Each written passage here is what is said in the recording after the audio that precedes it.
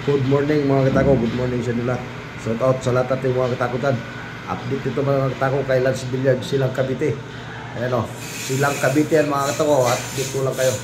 Malapit na matapos yan. Kay Lance Billiard, Silang Cavite. Sa lahat na gustong bumili at naghanap ng mga gawa mura lang at mababa ang presyo, PM nyo mga katako si Lance Billiard.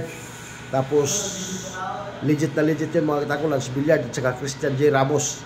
Yun yung nagbibinta sa kanya. Christian J. Ramos sa Lance Billiard mga katako. Yan yung makikita nyo. Yun yung kay Lance Billiard. PM nyo na sila mga katako. Huwag nyo na ako PM. Doon na kay Lance Billiard. Yan sa lahat ng naghanap dyan. Legit yan mga katako. Legit. Christian J. Ramos saka Lance Billiard Supply. Yan.